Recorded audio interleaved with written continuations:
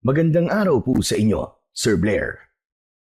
Tawagin niyo na lamang po ako sa pangalang Karding, isang mangingisda. Matagal na po akong tagapakinig ng inyong programa. Madalas ang inyong mga kwento tungkol sa mga aswang ang nagsisilbing libangan ko pagkatapos ng maghapong pagod sa laot. Matagal na po ninyo kong subscriber. Sumulat ako sa inyo dahil gusto kong ibahagi ang isang karanasan na hindi ko makakalimutan. Nangyari po ito nung bata pa ako sa islang napapalibutan ng malawak na karagatan at mga bakawan. Noon, isa lamang akong simpleng anak ng isang mangingisda. Payat, tahimik at mahiyain. Pero nagbago ang lahat nang gabing natusok ang palad ko ng isang mahiwagang itim na hipon. Inakala ng tatay ko na mamamatay na ako sa lason dahil sa matinding lagnat. Pero nagkamali silang lahat. Ang tinik na bumaon sa aking balat, ito pala ang magsisilbing susi para mamulat ako sa isang malupit na katotohanan. Isang lihim ang aking matutuklasan. Ang munti naming isla na akala ko ay payapa ay isa na palang pugad ng mga aswang. May mga halimaw na palang nambibiktima kapag sumasapit ang dilim. At dahil din sa insidenteng yon, ang batang dating walang muwang ay naging isang buhay na bangungot ng mga nilalang na patuloy na nagbabalat kayo sa aming baryo. Muli, ako po si Karding at ito ang aking kwento. 3:00 pa lamang ng madaling araw ay nasa laot na kami ng tatay ko. Malamig ng oras na yon. Nanunuot ito sa suot kong long sleeve. Inaayos namin ni tatay ang dala naming lambat. Karding, yung lubid ha. Siguraduhin mo maigpit ang bowl niyan. Ayokong mahulog ulit ang huli natin. Kagaya na lamang na nangyari kahapon. Opo, tay. Maayos na po. Ibinuli ko na po ng mabuti. Sigurado po akong marami tayong mahuhuli ngayon, tay. Medyo namamanhid pa ang mga kamay ko ng sandaling yon dahil sa pagkakahila ko sa mga magaspang na nylon ng aming lambat. Pero hindi ko magawang magreklamo. 13 taon pa lamang ako at sa aming isla, ang edad na yon ay sapat na para ituring na katuwang sa paghahanap buhay. Kami na lang ni tatay ang magkasama sa buhay dahil ang nanay ko ay hindi ko nakagisnan. Sabi ni tatay, namatay siya nang ipinanganak ako. Pero ang kakulangan yon ay hindi hadlang para mapalaki ako ng tatay ko ng maayos. Hindi siya kailanman nagkulang. Minahal niya ako ng buong buo. Simple lang ang buhay namin sa isla. Sa madaling araw, nangingisda kaming dalawa at madalas na pwestuhan namin ay yung lugar na tinatawag naming pulong. Marami kasing nahuhuli doon na mga malalaking hipon, pusit at sari-saring isda. Ilang sandali pa ay naayos na namin ang lambat. Agad namin itong hinagis sa dagat. Ngunit sa unang tapon ay wala kaming nakuha maski isang dilis. Aray ko. Yun lang. Malas yata ngayong gabi ah. Huwag mong isipin yan. Makakahuli din tayo. Unang bitaw pa lang naman negatibo ka na kagad. Muli naming inihanda ang lambat. At sa pagkakataong ito, itinodo ni tatay ang paghagis. Naghintay kami ng ilang minuto bago ito muling hilahin pataas. Pag-ahon ng lambat, tanging lumot lang at ilang piraso ng tuyong dahon ng bakawan ang laman nito. Tay, Wala talaga eh. Kahit isang piraso ng isda, wala. Zero, bokya. Tay, hindi kaya baka tulog pa po ang mga isda rito? Oo, baka nga tulog pa sila anak. Mabuti pa'y lumipat na lang tayo sa ibang pwesto. Baka gising na ang mga isda doon. Dumusog tayo ng konti doon, sa may mas malalim. Pinaandar ni tatay ang makina ng bangka at nang matapos ay dahan-dahan na kaming nagpalaot pa. Pero hindi pa kami nakakalayo ay bigla na lamang huminto ang makina ng bangka. Hala tay, bakit po huminto? Naubusan po ba tayo ng krudo? Hindi anak, imposible na maubusan tayo ng krudo dahil puno ang tangke nito eh. Naku baka mamaya may sumabit sa hélice. Parang may humatak sa atin kanina tay bago mamatay yung makina eh. Sinubukan ni tatay na hilahin ulit ang lubid ng makina pero ayaw na talaga nitong umandar. Malas naman oo. Ngayon pa talaga tumirik tong bangka na to. Pambihira. Tay, paano po yan? Ano pong gagawin natin? Ano pa? Di uuwi na. Sige na. Kunin mo yung sagwan. Magsasagwan na lang tayo. Hindi ko pa man nakukuha ang sagwan ay bigla akong nawalan ng balanse dahil sa biglang paghampas ng malaking alon sa bangka namin. Natumba ako. Patuloy ang pagdating ng malalaking alon. Tay, bakit parang may bagyo po? Nakakatakot po ang malalaking alon ah. Huwag kang mataranta. Sige na, iabot mo sa akin yung sagwan. Hindi tayo pwedeng manatili dito sa gitna.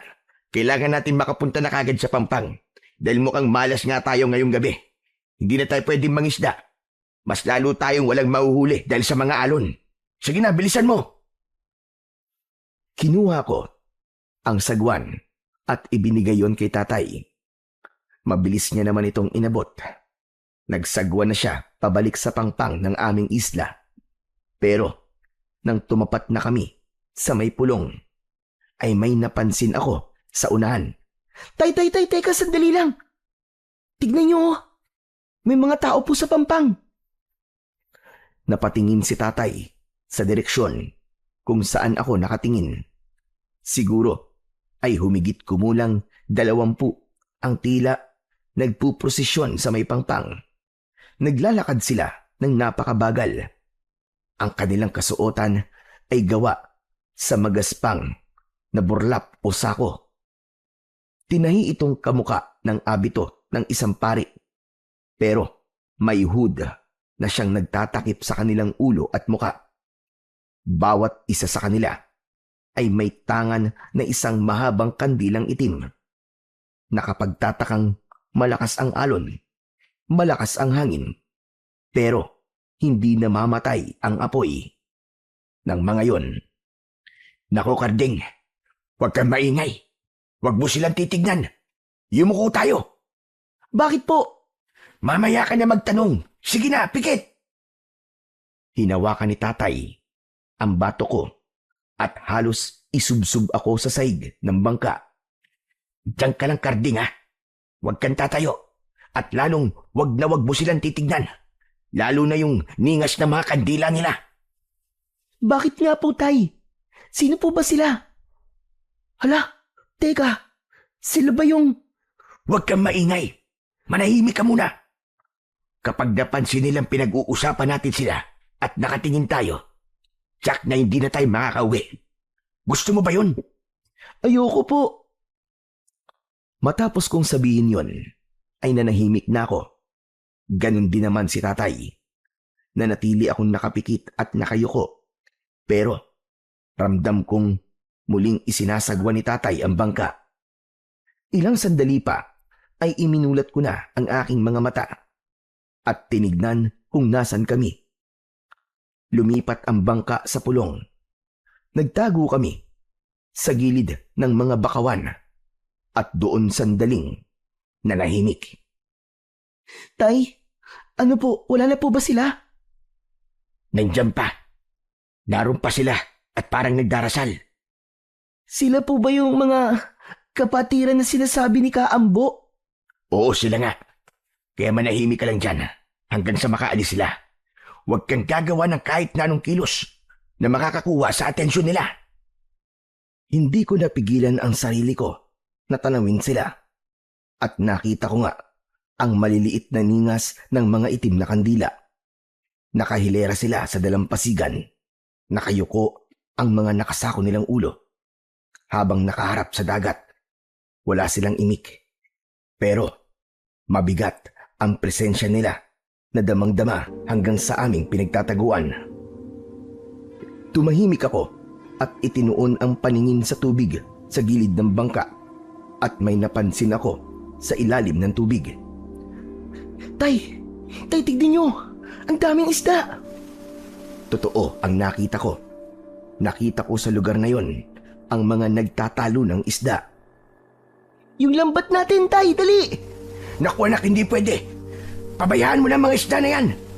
Po, bakit po? Hindi nga natin sila pwedeng hulihin. Bili ni Kaambo na hindi pwedeng manghuli ng isda hanggat natatanaw pa ang kapatiran. Hindi rin daw makakain yan. Sus, ang dami namang arte na matandang yon. Magtigil ka nga. Huwag mong bastusin si Kaambo. Alam mo naman kung ano ang kakaya niya, di ba? At kung sino siya dito sa atin. Nire-respeto ng madami ang matandang yon dahil siya ay isang makapangyarihang albularyo. Alam ko naman po yun, Tay. Pero ang hindi ko po maintindihan ay kung bakit bawal mangisda kapag nandyan po yung kapatiran na yan. Sino ba kasi sila? At ano po ang kaayahan nila? Hindi ko rin alam, Kardeng. Pero ayon sa mga naririnig kong kwento, may mga taong naging pasaway tulad mo na hindi nakinig sa mga sinasabi ni Kaambo. Ayun, nalason sa mga huli nilang isda. Talaga po? Pero paano naman po nangyari yun? Ewan ko. Pero baka dahil sa mga dasal nila. Alam mo, mahirap talagang ipaliwanag, anak ang mga kababalaghang nangyayari sa paligid natin. Pero para hindi tayo mapahamak, maniwala na lang tayo at sumunod. Wala namang mawawala Meron po mawawala, Tay. Ito po mga isda. Sayang po to. Sayang bang maituturing yan kung magiging lason at siyang papatay sa atin? Sige nga. Hindi ko nasagot ang tanong na yon ni tatay. Nanahimik ako at hindi na itinuloy ang balak kong manghuli ng isda. Pero ilang sandali pa ay may narinig akong tilamsik ng tubig na para bang tumalon. Napalingon ako sa direksyong pinanggalingan ng tunog at doon ay nakita ko ang isang lamang dagat na lumalangoy-langoy malapit sa bangka namin. Pilit kong inaninag kung ano yon at namangha ako ng tuluyan kong makita kung ano yon. Isang malaking hipon na halos kasing taba at haba ng mga braso ko. Kulay itim ito na parang uling pero parang may mga ugat itong umiilaw na kulay asul at kulay ginto sa tuwing tatamaan ng sinag ng buwan. Kung ano man yung binabalak mo, anak, huwag mo nang ituloy. Ano mang hulihin mo habang nariyan pa sila ay hindi biyaya kundi sumpa. Pabayaan mo na yan. Pero Tay, sayang to. Isang dakma lang. May ulam na po tayo mamaya. Ang laki. Ngayon lang po ako nakakita ng ganitong klaseng hipon, Tay. Hindi na baling wala tayong ulam, anak. Hintayin na lang natin na makaalis ang kapatiran at matapos sila sa kanilang ritual na ginagawa bago natin ituloy dito ang pangingisda. Tiisin mo na muna. Napakamot ako sa ulo. Sayang talaga. Napatitig ako sa tubig. Hindi ko maialis ang tingin ko sa hipon na yon, lalo na at parang nahihipnotismo ko sa kanyang paglangoy. Mabagal, para bang tinutukso niya kung abutin siya. Ilang sandali pa, hindi na ako nakatiis. Kinalimutan ko ang biling tatay. Kinalimutan ko ang kapatiran. Dahan-dahan kong inilubog ang aking kamay sa tubig at dahan-dahang inilapit ang aking palad sa ilalim ng tiyan ng hipon habang ang kabilang kamay ko ay naghihintay sa ibabaw. At sa isang mabilis na dakma, nahuli ko ito. Bigla itong pumalag, kaya mabilis ko siyang itinaas. Huli ka! Karding! Ano ba? Bitiwan mo nga yan! Ngunit huli na. Sa sobrang lakas ng pitik ng buntot ng hipon, tumama ang aking palad sa matulis na sungay o tinik na nasa gitna ng kanyang mga mata. Aray ko! Natusok ako! Agad akong napasigaw nang naramdaman ko yung parang kuryente na gumuhit mula sa palad ko hanggang sa kilikili. Sa gulat ko, nabitawan ko ang hipon at bumagsak ito sa sahig ng bangka. Anak ng... Ano ba nangyari sa'yo? Ang kulit mo kasi! Tay, natusok po ako ng tinik ng hipon. Ang sakit, Tay. Para po akong napapaso. Ayun na nga ba ang sinasabi ko eh. Napakakulit mo kasi. Hindi ka marunong makinig. Sinabi nang wag mo na munang hulihin eh. Sorry po. Yan. Diyan ka magaling. Pagkatapos mong hindi sumunod sa kakahingi na sorry. Ang tigas ng ulo mong bata ka eh. Ngayon iiyak-iyak ka. Kasalanan mo yan dahil di ka marunong makinig. Patawad na po. Hindi ko naman po kasi akalain na ganito po mangyayari. Aray, ang sakit po talaga, Tay. Ang kirot. Napatingin ako sa sugat ko. Sa maliit na tusok ay may lumabas, hindi dugo, kundi likido na malapot at kulay asul. Kita mo na yan? Sabi ko naman sa'yo, di ba? May sumpang hatid ang mga kapatiran na yon kapag hindi sila sinunod. Yang katigasan ng ulo mo, yan ang papatay sa'yo balang araw. Hindi ako makasagot. Kahit medyo masasakit ang sinabi ni tatay, ay alam kong nag-aalala lang siya ng sobra sa akin. Hindi ko na kayang tiisin ang sakit. Makalipas ang ilang minuto, habang tumatagal, lalong lumalala ang sakit at kirot. Aray ko! Ang sakit na talaga, hindi ko na kaya, Tay. Aray! Anak, sandali lang. Tumahimik ka muna. Tignan mo. Itinuro ni tatay ang pangpang. Dahil sa ingay naming mag-ama, ang grupo ng mga taong yun ay tumigil sa pagdarasal at ang kanilang mga ulo na nakayuko at nakatago sa ilalim ng hood ay dahan-dahang humarap sa direksyon ng aming pinagtataguan sa bakawan. Yuko, anak! Yuko! Agad niyang isinubsob ang ulo ko sa ilalim ng bangka. Ramdam ko ang panginginig ng kanyang kamay sa aking batok. Pero dahil sa kuryosidad, itinaas ko pa rin ang aking ulo para makasilip. Pero wala na akong nakitang tao. Wala na ang mga kapatiran. Inilinga ko ang aking paningin sa ibang direksyon. Pero wala pa rin. Naglaho sila na parang bula. At kasabay ng pagkawala nila, may narinig kaming malalakas na pagaspas ng mga pakpak. Halos sabay kaming napatingin sa itaas ni tatay. Tila mga dambuhalang ibon ang nakita namin. May malalapad silang mga pakpak at madami sila. Siguro ay humigit kumulang 20. Tay, wala na sila. Umalis na. Talaga? Salamat naman kung ganun. O ano?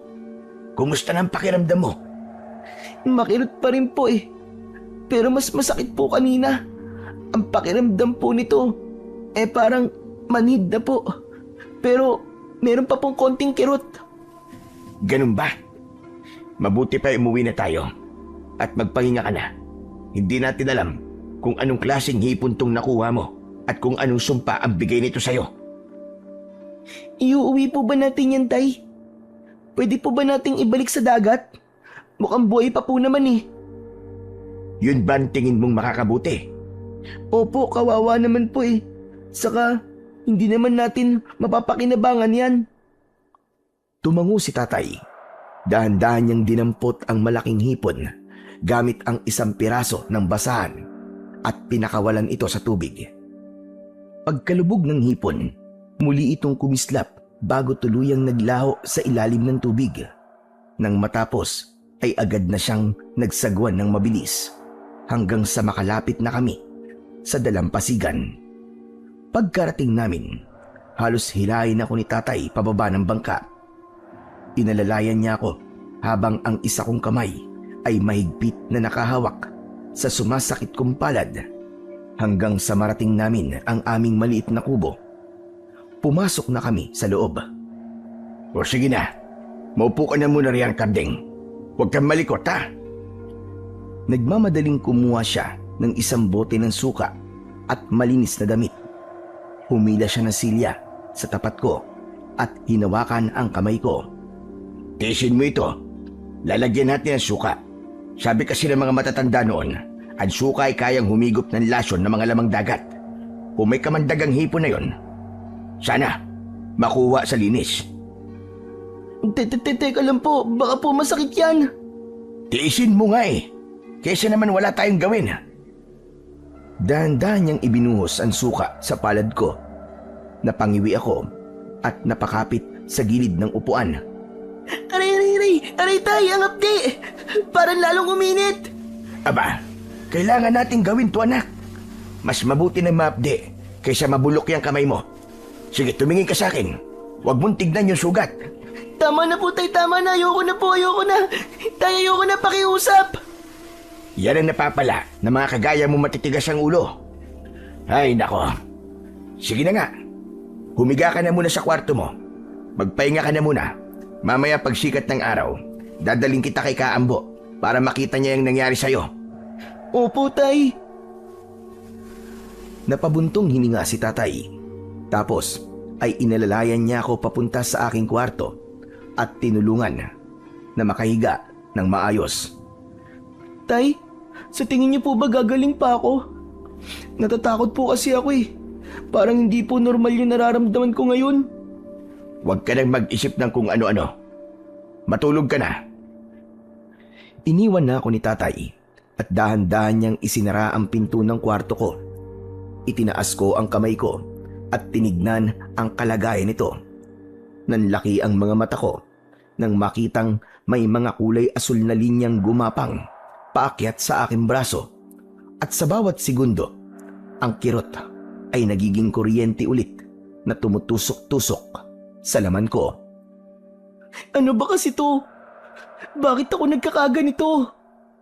Ilang sandali pa, dahil sa tindi ng pagod at sakit, hindi ko na namalayang nakatulog na pala ako. Nagising na lamang ako kinabukasan nang maramdaman ko ang malakas na yugyug sa aking katawan. Hirap na hirap akong imulat ang aking mga mata. Tay, hindi ako makakita. Nabulag na ba ako? Bakit ang dilim? Bakit di ako makamulat? Hindi, anak. Namamaga ang mga mata mo. Mataas din ang lagnat mo. Po? Ano bang nararamdaman mo ngayon? Masakit pa ba mga kamay mo? Hindi ko po alam. Parang buong katawan ko na po masakit eh. Tapos parang nangihina po ako, tay. Mamamatay na po ba ako? Ano ka ba? Huwag ka nga magsalita ng ganyan. Hindi ka mamamatay. Hindi ako papayag, anak. Pero paano po? Kung nalason po ako. Huwag kang mag-alala. Dadaling kita kay Kaambo. Pasensya ka na. Dapat talaga kanina pa kita dinala eh. Para hindi na lumala ang kalagayan mo. Sandali lang. Tatawag lang ako ng mga kasama. Dito ka lang. Narinig ko ang mabilis na mga yabag ni tatay palabas. Maya-maya pa ay narinig ko siyang may kinakausap na mga tao. Kahit nakapikit ako, malinaw kong naririnig ang pinag-uusapan nila. Dinig na dinig ko ang taranta sa boses ni tatay at maging ang bulungan ng mga tao sa paligid. Tulungan niyo ang anak ko. Kailangan siyang madala kay Kaambo. Ilang sandali pa ay may mga narinig na akong mga yabag galing sa labas. Tapos ay naramdaman kong may mga bumuhat sa akin. Maingat nila akong inilagay sa isang duyan. Naglakad na sila habang bitbit ako. Wala talaga akong makita noon. Pero sa kabila ng pamamaga ng mga mata ko, nasisilaw ako sa matinding sikat ng araw sa labas. Maya-maya pa ay bigla silang tumigil. Kaambo! Kaambo! Tao po! Narinig ko ang malakas na pagkatok, pero walang sumasagot kay tatay. Kaambo, maawa po kayo. Ang anak ko natusok ko ng hipon. Masama po ang lagay niya. Pakiusap, Kaambo, tulungan niyo ho kami. Nanatiling tahimik ang loob ng bahay. Wala si Kaambo. Wala yata talagang tao. Walang sumasagot sa mga katok at pakiusap ni tatay. Naghintay pa kami ng ilang sandali. Ang mga kapitbahay na tumulong magbuhat sa akin ay nagbubulungan na. Nagtataka sila kung bakit wala ang albularyo, gayong hindi naman ito umaalis ng bahay kapag ganong oras. Saka wala namang nakakita dito na umalis. Sa gitna ng pagkakagulo nila, bigla akong natigilan. May naamoy akong hindi maganda. Tay, ang baho. Alis na po tayo dito. Ha? Ano ba sinasabi mo? Bakit tayo aalis kailangan mo nga magamot? Hintayin natin dito si Kaambo. Baka mamaya may pinuntahan lang yun. Baka pabalik na rin. Ayoko na po dito. Iwi niyo na po ako. Hindi ko na po talaga kaya ang amoy tayo ang lansa. Parang pinaghalong panis po na isda, saka nabubulok na karne. Napangiwi ako. Ang amoy ay hindi lang basta mabaho. Masangsang ito. Nanunuot sa ilong ko. Ano bang mabaho? Wala naman akong naaamoy, Karding Meron po. Sobrang tapang po talaga ng amoy tay. Hindi na nga po ako makahingi. Tay, umuwi na po tayo. Ayoko na rito. Sandali lang naman, anak. Teka, kayo ba mga kasama? May naaamoy ba kayo? Sumagot ang iba. Ang sabi nila ay wala. Pero patuloy kong naaamoy yun na para bang nanggagaling sa bakuran o sa loob mismo ng bahay ng albularyo. Tapos, may naririnig din ako na para bang ngumunguya, ngumangasaba. Pakinggan niyo po, may naririnig po ako. May kumakain po sa loob ng kubo. May ngumunguya. Parang hayop po na ngumangasab ng laman at buto. Naku, naloko na. Nagdideliryo na talaga ata ang anak ko. Kung ano-ano na sinasabi. Kaambo! Kaambo, nandiyan ka ba? Pakiusap, tulungan niyo ho ang anak ko! Tumigil na ako sa pagsasalita. Mas pinakiramdaman ko ang paligid ng oras na yon. Alam ko, may tao o hayop sa loob ng kubo ni Kaambo. Buksan niyo po ang pinto. Malalaman niyo po na nagsasabi po ako ng totoo. Napigilan silang lahat. Walang nakapagsalita sa sinabi ko. Pero bago pa man nila magawa ang sinasabi ko, biglang narinig ko na bumukas ang pintuan ng kubo. Naku, salamat naman po, Kaambo. Pasensya na kayo. Nandun kasi ako sa loob ng banyo. Nagbabawas. Bakit? Ano ba nangyari? Ito ho kasing anak ko, Kaambo. Tulugan po ninyo. Mataas na mataas po ang lagnat niya. Tapos tignan niyo po ang mga braso niya. Parang may lason. Aba, oo nga ano? Ano ba nangyari dito? Nadikya ba ang anak mo? Hindi ho, Kaambo. Pero natusok po siya ng isang itim na hipon. Ano ka mo? Itim na hipon? At saan na ba kayo nakakuha ng ganong hipon?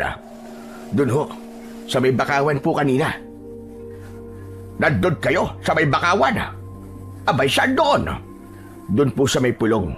Nagtago po kami sa mga sanga ng bakawan. Kasi ano? Nagtago po kami doon. Kasi dahil naroon sa pampang ng oras na yun ang kapatiran. Ano ka mo? At naghuli kayo ng hipon habang nandoon ang kapatiran. Hindi naman po sinasadya ng anak ko, Kaambo. Bata pa po kasi siya, kaya sadyang matigas ho ang ulo. Mga lapastangan. Yan ang napapala ng mga di nakikinig. Di ba sinabi ko na sa inyo na umiwas kayo sa mga ito at mas lalong huwag kayong huhuli ng mga isda o anumang lamang dagat habang nakikita nyo sila. Alam ko naman ho yun, Kaambo. Pero pinagsabihan ko naman po ang anak ko. Kaso'y matigas ang ulo, hindi nakinig. O sige, hintayin nyo ako dito. Kukuha lang ako ng ipantatawas natin dyan para malaman natin kung ano ang nangyari sa kanya. Talaga bang natiniklangan ng hipon? Baka naman may iba pang sanhiyan. Ang totoo, hindi ko nga rin alam. Teka, Anong nakita nyo na ginagawa ng mga kapatiran? Nakita lang po namin sila na nakayuko at nakatanaw sa tubig ng dagat. Bukod dun, wala na po. Sigurado ka ba na yun lang? Oo, kasi sinikap ko naman pong wag tumingin at makiusyoso. Tulad po ng palagi ninyong ibinibilin sa mga tulad kong mangingisda. Mabuti naman kung gano'n. Dahil kung hindi kayo sumunod at nakita nila kayo, ewan ko na lang kung ano mangyayari. Siguro ay mas malala pang sumpa ang darating sa inyong mag-ama ng oras na yon. Ganun po ba? Ay siya nga po pala. Kung delikado ang mga kapatiran na yon, bakit hinahayaan nyo lang po na magatid sila ng takot dito sa lugar natin? Hindi ba dapat paalisin sila rito para wala na kaming kinatatakutan? Para wala na nagbibigay ng sumpang ganito? Paalisin? Aba Miguel, hindi mo alam ang sinasabi mo. Ang grupong yon, ang kapatiran, ay nauna pa sa atin dito sa isla. Sa totoo lang, ay kanila ang lupay dito, hindi sa atin. Kaya kailangan silang igalang. Kailangang hayaan dahil kapag sila ang nabulabog, lahat tayo magdurusa. Ang buong isla ay lalamunin ng dilim. Makapagyarihan silang mga nilalang. Hindi natin sila kaya. Walang naisagot si tatay, kundi buntong hininga. Kaya wag kang magsalita ng tungkol sa pagpapaalis sa kanila. Ang dapat mong isipin ngayon ay kung paano mo maililigtas ang pasaway mong anak. Pasensya na ho kayo, Kaambo. Ayos lang. O sige, mabuti pa. Ipasok nyo na lang pala sa loob ng bahay ko, batang yan. Tapos ay iwan mo sa akin para matignan ko mabuti. Mukhang hindi talaga maganda ang lagay niya. Sa tingin ko ay mabigat ang sumpang na pa sa kanya. Ganun po ba talaga kagrabe, Kaambo? Sa palagay ko, malalaman ko yan mamaya. Sige na, ipasok nyo na siya. At ako na bahala sa kanya. Nang maramdaman kong iniangat nila ang duyan ko, tinawag ko agad si tatay. Tay, ayoko, huwag niyo po akong iwan. Iwi niyo na po ako, ayoko po dito, tay, ayoko. Anak, hindi pwede. Kailangan mo magamot. Sige na mga kasama, ipasok na natin siya sa loob. Parang awa mo na, tay. Iwi mo na ako. Pero hindi ako pinakinggan ng tatay ko. Ipinasok pa rin nila ako sa loob, sa kabila ng pakiusap ko sa kanila. Iba na kasi talaga ang nararamdaman ko. Kahit hindi ako makakita, dinig na dinig ko na iba na ang tono ng matanda. Hindi siya naaawa sa akin. Ramdam kong galit siya at nanggigigil. Parang nililinlang niya kami. Parang wala siyang gagawing maganda. Samantala, nang nasa loob na ako, ay mas lalong nanuot ang baho. Sigurado na ako na nanggagaling nga sa loob ng bahay niya ang masangsang na amoy na yon. Nang tuluyang makalabas sila tatay, naramdaman kong nakatitig sa akin ng matanda. Tapos ay lumapit siya. Hinawakan ang natusok kong palad. Ngunit nung sandaling dumikit ang kamay niya sa aking balat, bigla siyang bumitaw at narinig ko ang mabilis niyang pag-atras. Ano ba yan? Bakit po, Kaambo? Ano po nangyari? Wala. Napaso lang ako sa balat mo. Ho? Napaso ka? Oo. Pwede mo bang ilahad ng palad mo? Kailangan ko lang na makita yung tusok. Sige po. Habang inilalahad ko ang palad ko sa kanya, dahan-dahang lumiwanag ang paningin ko. Bagamat hirap ko pa rin maimulat ang mga mata ko, sinikap ko na aninagin ang muka ng albularyo. Unti-unti kong nakita ang muka niya, ang kanyang mga mata, nanlilisik habang nakatingin sa palad ko. Nakita ko ang isang kakaibang emosyon, parang galit pero may halong takot sa kanyang muka. Malalaga ang pinsalang idinulot ng hipon na yun sa iyo, bata. Hindi ito simpleng lason lang. Kailangan magsagawa ng isang maselang ritual para maalis natin ang bisa. Ang laso na yan sa iyong katawan. Nang mga sandaling yon, wala na akong tiwala sa matanda.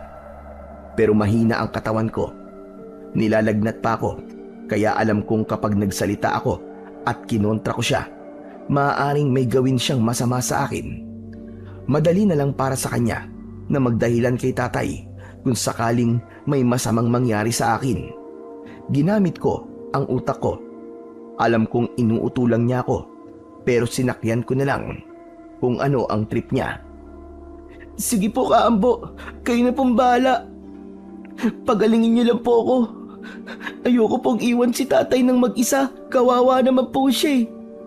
Pangako po kapag gumaling ako, magiging utusan niyo po ako dito. Kahit anong utos po gagawin ko. Huwag ka mag-alala sa bayan. Hindi mo kailangan gawin yun, iyo. Ang importante ay gumaling ka. Salamat po. O siya, sandali lang May kukunin lang ako. Hindi na ako nagsalita. Pinakiramdaman ko na lang siya ulit. Lumayo siya at pumunta sa ibang bahagi ng bahay niya. May kinausap siyang kasama niya sa bahay. Bilisan mo. Pumunta ka sa kapatiran. Tawagin mo sila. Sabihin mo, natagpuan na natin ang matagal na nating iniintay. Ay, sigurado po ba kayo, Amo? Yung bata? Walang duda. Nasa kanya ang bertud ng itim na hipon. Kailangan natin siyang maialay sa poon. Kung ganun, bantayan niyo po siya mabuti. Huwag niyo na pong hayaan na makalapit sa kanya ang ama niya. Huwag kang mag-alala. Ako na bahala doon. Sige na, magmadali ka. Tawagin mo na sila para maisagawa na natin ang ritual habang maaga pa. Sige po, Amo. Kasunod nun ay nagpaalam at lumakad na ang katulong. Napahigpit ang hawak ko sa upuan. Ang sakit na nararamdaman ko ay biglang napalitan ng kakaibang panlalamig. Niloloko kami ni Kaambo. Kasali siya sa kapatiran. Narinig ko mismo sa kanyang bibig. Doon ko unti-unting napagtanto ang nangyayari sa akin.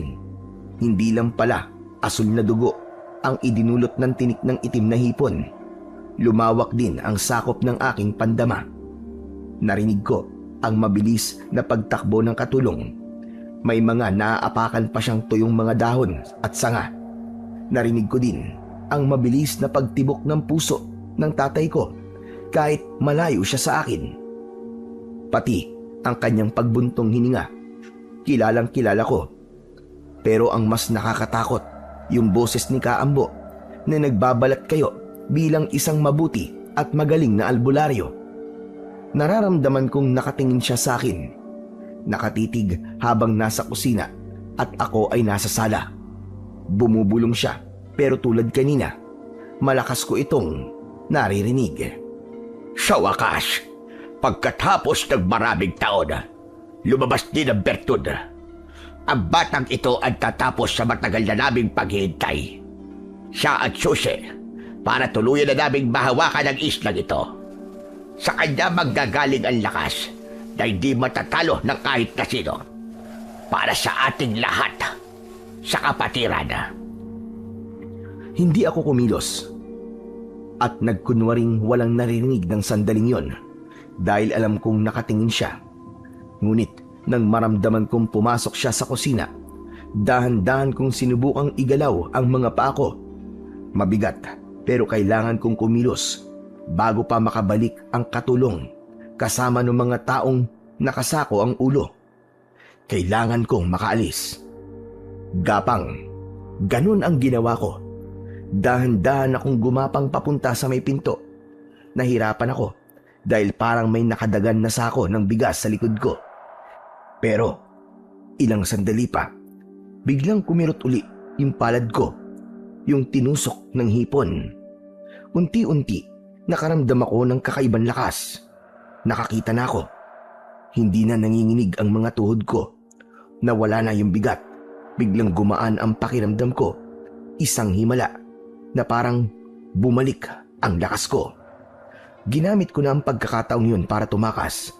Mabilis kong binuksan ang pintuan at tumakbo pabalik sa bahay namin. Ilang minuto lang, natanaw ko na ang kubo namin. Nakita ko si tatay na abalang nag-aayos ng kanyang lambat. Tay! Tay! Diyos ko, Karding! Magaling ka na! Opo, Tay! Ha? Aba, Ang galing naman niya. Napagaling ka kagad. Magkano daw ang ibabayad dati sa kanya, anak? Hindi tay, mali po kayo tay. Hindi po siya nagpagaling sa akin. Ano ka mo? Sino nagpagaling sa'yo? Hindi ko na siya sinagot. Bagkus ay hinawakan ko ang kamay niya at bahagya itong hinila. Teka lang anak, teka lang. Saan ba tayo pupunta? Bakit mo ako hinihila? Alis na po tayo dito sa bahay tay, bago pa sila makasunod. Kailangan po natin makalayo. Huminto si tatay at binawi ang kamay niya. Kitang-kita ko sa mukha niya ang labis na pagtataka. Pero nandoon din ang pag-aalala at takot sa mga mata niya. Karding, teka lang. Ano ba talaga nangyayari? Magpaliwanag ka nga muna. Bakit tayo aalis? At sino ang susunod sa atin? Huminga ako ng malalim. Nagsimula na din akong umiyak habang nagpapaliwanag. Sinabi ko sa kanya ang lahat. Yung nakita ko. Yung lahat ng mga narinig ko. Sinabi ko din yung tungkol sa bertud na siyang habol nila sa akin. Natulala si tatay. Alam kong mahirap paniwalaan. Pero alam kong kilala niya ako. Hindi pa ako nagsisinungaling sa kanya. Kahit kailan. Tay, umalis na po tayo dito sa isla, parang awa niyo na po. Ano ka mo? Pero anak, kung aalis tayo dito, saan naman tayo pupunta? Wala tayong kamag-anak sa ibang lugar. Wala din tayong pera. Dito ang buhay natin. Kung aalis tayo dito, paano tayo kakain? Saan tayo titira? Sayang ang bahay at lupa natin dito. Tay, mas mahalaga pa po ba yun kaysa sa buhay ko? Natigilan si tatay sa tanong ko. Nanatili lang siyang nakatitig sa akin. Tay, sasakupin po tayo ng mga taong yun. Papatayin nila ako para makuha ang bertud na kailangan nila.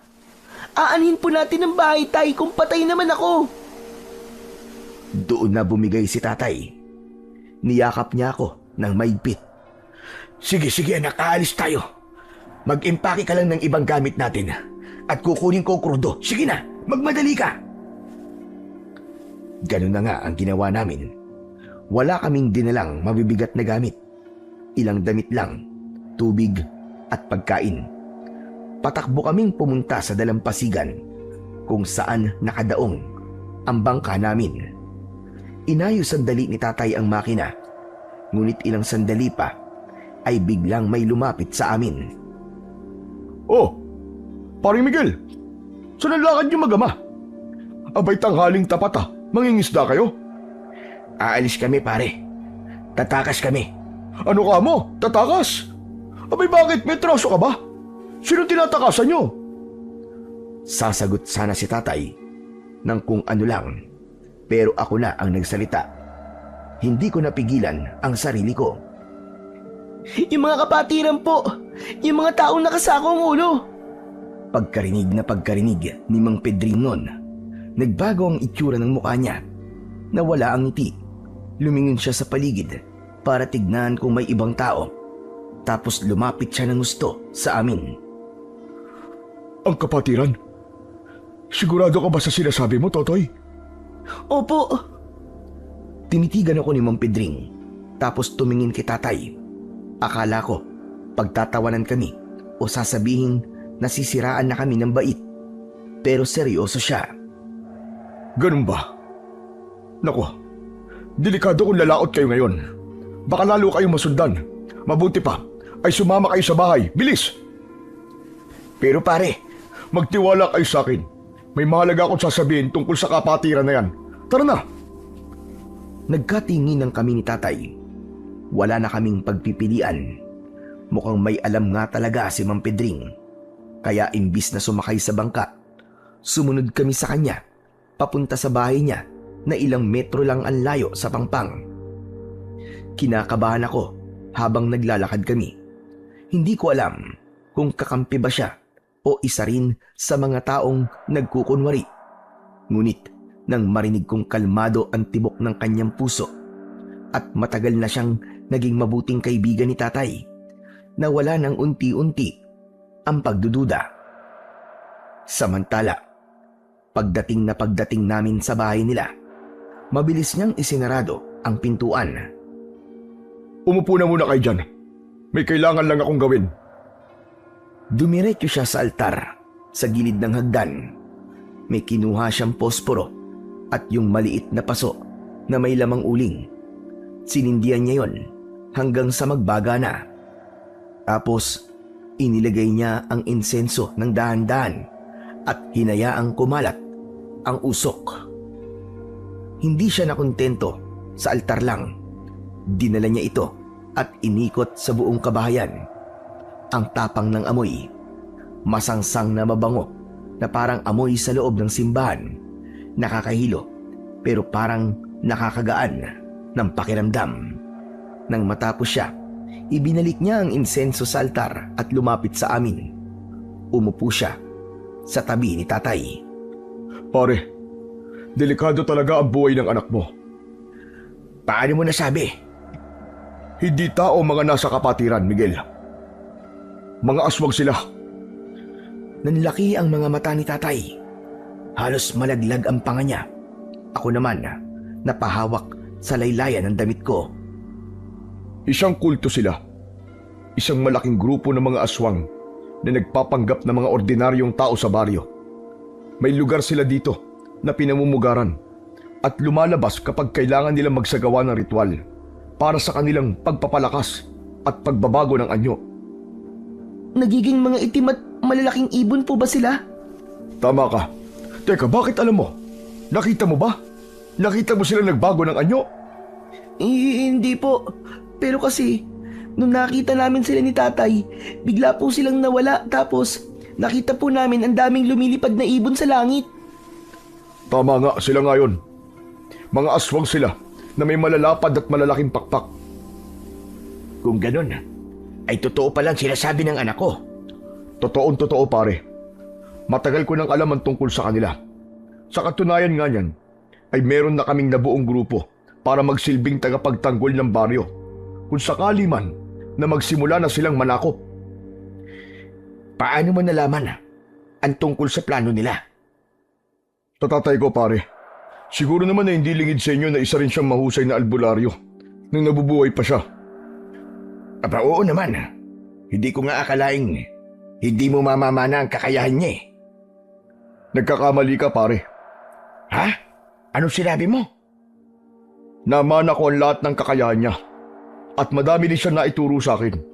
Pero pinili ko lang na huwag gamitin dahil ang kapangyarihan kapag nalaman ng iba, nagiging mitya ng panganib. Gaya na nangyayari ngayon sa anak mo. Ano ka mo?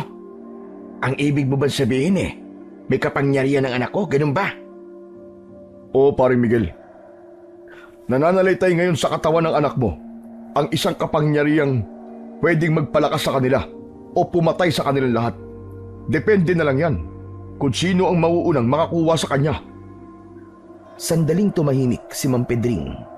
Tumayo siya at may kinuhang isang lumang garapon sa ilalim ng altar. May laman itong maitim na langis na may isang piraso ng tuyong ugat. Tapos ay muling lumapit sa amin. Kung totoo ang sinasabi mo, pare, hindi ba dapat umalis na kami dito? Ano bang dapat namin gawin? Hindi kayo pwedeng umalis basta-basta. Hindi kayo makakalayo ng ganyan-ganyan lang. Oras na tumapak kayo sa dagat, malalaman nila kagad yon. May mga alagad sila sa tubig. Mga nilalang na inaalayan nila ng orasyon at pagkain tuwing may ritual sila. Kapag lumayag kayo ngayon, itataob lang nila ang bangka nyo bago pa kayo makalayo. Ano pong gagawin namin, Mang Pedring? Dito na lang ba kami maghihintay na sugurin nila? Lumapit sa akin si Mang Pedring at hinawakan ang palad kong natusok. Itong langis na to, gawa sa huling tulo ng luha ng tatay ko bago siya mamatay. Hinaluan ko ito ng mga halamang gubat na hindi nasisikatan ng araw. Binuksan niya ang garapon at kumuha ng konting langis. Ipinahid sa noo ko, sa dibdib at sa sugat ko sa palad. Pansamantala, itatago nito ang amoy mo. Para sa kanila, magmumukha ka lang ordinaryong bata ulit. Hindi ka rin makikilala ni Kaambo. Pero may kondisyon. Hindi ka pwedeng lumapit sa tubig alat.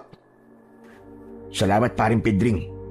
Pero paano pagkatapos? Hindi kami pwedeng magtago dito ng habang buhay.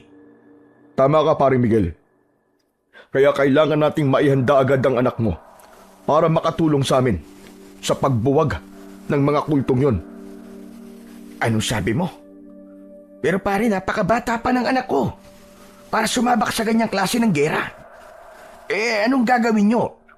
Para bang gagawin nyo siyang pain, ganon? Para hindi ganon, hindi mo naiintindihan eh. Hindi ko siya gagawin pain. Kailangan namin siya dahil siya lang ang makakatulong sa amin. Tumingin si Mang Pedring sa akin.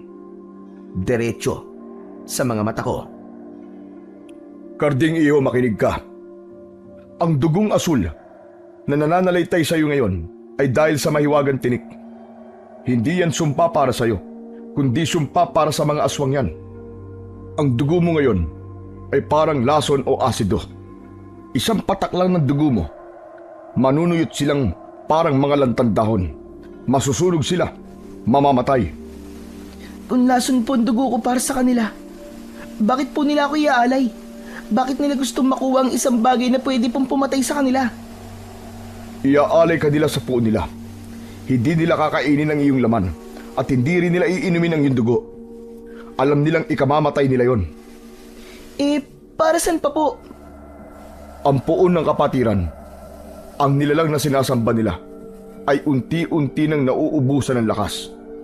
Matanda na ito, Karding, at ang tanging paraan para manatili itong buhay at muling lumakas ay sa pamamagitan ng paglipat ng bertud. Hindi pagkain iyo. Ikaw ay magsisilbing lalagyan. Lalagyan? Ano pong ibig niyo sabihin? Kailangan nilang katawan mo para doon ilipat ang hininga ng kanilang poon. O kaya naman ay kukunin nila ang puso mo para ipakain sa nilalang na yon. Ang bertud na nasa iyo ang magsisilbing gamot para sa kanilang Diyos. Kapag nagtagumpay sila, magiging malakas ang nilalang na yon. At yun ang magiging katapusan ng lahat ng may buhay dito sa isla. Kung mangyari yun, kapag nakuha nila ang anak ko, mapapasakamay na nila ang buong isla. Eksakto. Pero ang hindi nila alam, ang bertud na yan ay hindi basta-basta sumusunod sa masama. Namimili yan ng tagapangalaga. At dahil nasa iyo na yan, Karding, kailangan mo matutunan kung paano gamitin yan ng tama. Pero paano po? Hindi ko naman alam kung paano po lumaban. Isa lang po akong batang mangingisda. Paano ko po haharapin ng mga halimaw na yon? Nanginginig ang boses ko. Alam kong totoo ang sinabi ko. Ang tanging alam ko lang ay ang humawak ng sagwan at lambat. Hindi ako marunong humawak ng itak o kahit na ano pang sandata. Sa isip ko, kahit may lason pa ang dugo ko, lalamunin pa rin ako ng takot kapag hinarap ko na ang mga aswang. Kaya mo yan, Karding. Kailangan mo lang matutunang kontrolin ang bertud na nasa loob mo. Huwag mong hahayaan ang takot ang magdala sa'yo. Hayaan mong ang bertud ang gumabay sa mga pandama mo. Pero hindi ba yung delikado para sa kanya, pare? Napakabata niya. At marami yung kalaban. Huwag ka mag-alala, pare. Hindi naman mag-isang lalaban ang anak mo eh. Marami tayong kakampi. Sumama kayo sa akin. Dadalhin ko kayo sa kanila. Doon ligtas si Karding habang inaaral niya ang lakas niya. Doon natin bubuuin ang plano kung paano tatapusin ang kasamaan ng kapatiran na yon. Tumango si tatay. Kahit kita ko pa rin na parang hindi siya makapaniwala sa mga naririnig niya. Ngunit bago pa kami makatayo, bigla akong napako sa kinauupuan ko. Napahawak ako sa magkabilaang tenga ko. Narinig ko kasi ang boses ni Kaambo. Malakas, matinis, galit na galit. Tay, si Kaambo. Naririnig ko po siya. Pinapahanap na po niya ako. Anong gagawin natin? Natigilan sina tatay at Mang Pedring. Nagkatinginan silang dalawa. Bakas ang gulat sa kanilang mga muka. Galit na galit po siya. Ang lakas-lakas po ng boses niya. Rinig na rinig ko po. Ibig mong sabihin, anak, naririnig mo si Kaambo. Aba, malayo ang bahay nun dito, anak. Saka wala naman ako naririnig na iba, maliban sa mga tahol ng aso. Opo, Tay, ang lakas-lakas po. Parang nasa tapat ko lang po siya, nakakabingi na. Tay, natatakot po ako. Anong gagawin ko? Sigurado ka ba dyan, anak? Hinawakan ni Mang Pedring ang balikat ni tatay. Seryoso ang mukha niya habang nakatingin sa akin. Pare, huwag mong pagtakhan kung naririnig man niya si Ambo. Kahit nasa malayo pa yon. Isa yan sa regalo ng bertud sa anak mo. Ang talas ng pandilig niya ay 10 beses na mas malakas o higit pa kaysa sa normal na tao. Sa kanya, ang bulong ay malinaw na malinaw niyang naririnig. Ano pa kaya ang mga sigaw? Napatingin sa akin si tatay. Alalang-alala na siya sa akin. Awang-awa na rin siya habang tinitignan akong nakatakip ang mga kamay sa tenga. Karding, pakinggan mo ako mabuti. Gamitin mo yan. Huwag kang matakot sa boses niya. Imbis na matakot ka, gamitin mo yung pandinig mo para malaman natin kung gaano na sila kalapit. Alamin mo kung nasa na sila para makapaghanda tayo. Nakahinga ko ng malalim. Pinikit ko ang aking mga mata at pilit kong inihiwalay ang boses ni Kaambo sa iba pang mga tunog. Doon ko narinig ang papalapit na mga yabag. Parang nakikita ko na papaliko na sila sa kanto palapit sa bahay ni Mang Pedring. Mabilis ang lakad nila. Mang Pedring, nasa may kanto na po sila. Papunta po sila dito. Susugod po sila dito. Lintik na yan. Paano nila nalaman na nandito tayo? Pero huwag kayong mag-alala. Tulad ng sinabi ko, hindi nila kagad makikilala si Karding dahil sa bisa ng langis. Pero ikaw pare, kailangan mo magtago. Diyak ka na lang sa loob ng lumang kabinet. Magpapausok ulit ako para hindi ka nila maamoy. Mabilis na pumasok si tatay sa loob ng kabinet. Ako naman, pinaupo ako ni Mang Pedring sa isang sulok. Ilang sandali pa, narinig na namin ang malalakas na katok sa pinto. Parang gigibain ng bahay. Binuksan ni Mang Pedring ang pinto ng bagya. Kunwari ay bagong gising. Sino ba yan? Abay sisirain niyo bang pinto ko? Oh, Kaambo, ikaw pala. Anong atin? Hindi na ako magpapaligoy-ligoy pa. Ilabas mo na ang mag-amang Bigel at Karding. Sino? Abay teka, bakit ko naman sila ilalabas? Wala naman sila dito. Saka bakit niyo ba sila hinahanap? May atraso sa akin na mag-amang yon. Kaya kailangan ko silang makita kagad. Sigurado ka bang wala sila rito? Wala nga sila rito. Hindi ko pa nga nakikita mag-amang yun mula pa kahapon eh. Nagsisinungaling ka. May nakapagsabi sa akin na may kasama kang isang lalaki at isang batang lalaki kanina. Yun ba? Di naman si Miguel at Karding yun eh. Yung pamangkin ko yun na si Joel at yung tatay niya si Julio. Inihatid lang dito yung bata dahil dito raw muna magbabakasyon ng ilang araw. Hindi sumagot si Kaambo. Bagkos ay mabilis niyang itinulak ang pinto at pumasok sa loob kasama pa ang 2 lalaki. Lumingon-lingon siya sa paligid. Nakita niya ako sa sulok. Nagkatinginan kami. Sobrang kaba ko pero pagkaraan ng ilang segundo, binawi niya ang tingin at inis na iniwasan ako. Laking ginhawa ko nang hindi niya ako makilala. Akala niya, ordinaryong bata lang ako. Sinabi ko na sa inyo wala rito ang hinahanap nyo. Nakakaabala na kayo, Kaambo. Umalis na kayo. Sandali lang. Humakbang siya ng dahan-dahan. Tumigil siya sa tapat ng lumang kabinet kung saan naroroon si tatay. Nagkatinginan kami ni Mang Pedring. Pareho kaming kinakabahan dahil kung bubuksan ni Kaambo ang kabinet na yon, lagot na. Huwag mong susubukang buksan ang kabinet na yan. Bakit? May tinatago ka ba dito? Hahawakan na niya sana ang pinto ng kabinet. Pero bigla siyang natigilan nang may maamoy na hindi matukoy. Biglang tumawa ng mahina si Mang Pedring. Yung tawang parang nanunuya. Buksan mo, Ambo. Sige, ituloy mo. Pero huwag kang magrereklamo sa akin kung bigla na lamang manghina yung mga alagad mo sa loob ng bahay ko. Lalong natigilan ang matandang albularyo.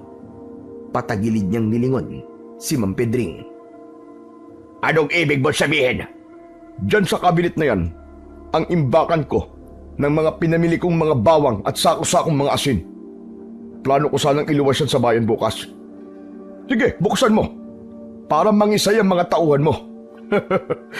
Pagbigyan mo ang kuryosidad mo. Bagyang napaatras ang mga lalaking nasa likuran ni Kaambo. At isa pa, kung hinahanap po talaga si Miguel, bakit ka nag-aaksaya ng oras dito? Baka nga nandun na yun sa dagat eh. Kayo din, matatakasan kayo. Naningkit ang mga mata ni Kaambo. Tapos ay unti-unting umatras palayo sa kabinet. Halina kayo. Sayang ang oras natin dito. Baka makalayo na ang dalawang yon. Bilisan natin. Lumabas na sila. Narinig ko ang mabilis nilang pagtakbo patungo sa kung saan. Nanatili kaming tahimik ng ilang minuto. Gamit ang talas ng pandinig ko, sinubaybayan ko ang bawat tunog. Wala na po sila, Mang Pedring. Malayo na po sila. Doon lang nakahinga ng maluwag si Mang Pedring. Agad niyang binuksan ang kabinet. At lumabas na si tatay na pawis ang buong katawan. Ay, salamat, Pedring. Muntik na tayo dun. Matalas ang pakiramdam ni Ambo, pero mas matalino tayo sa kanya. Pero huwag tayong papakampante.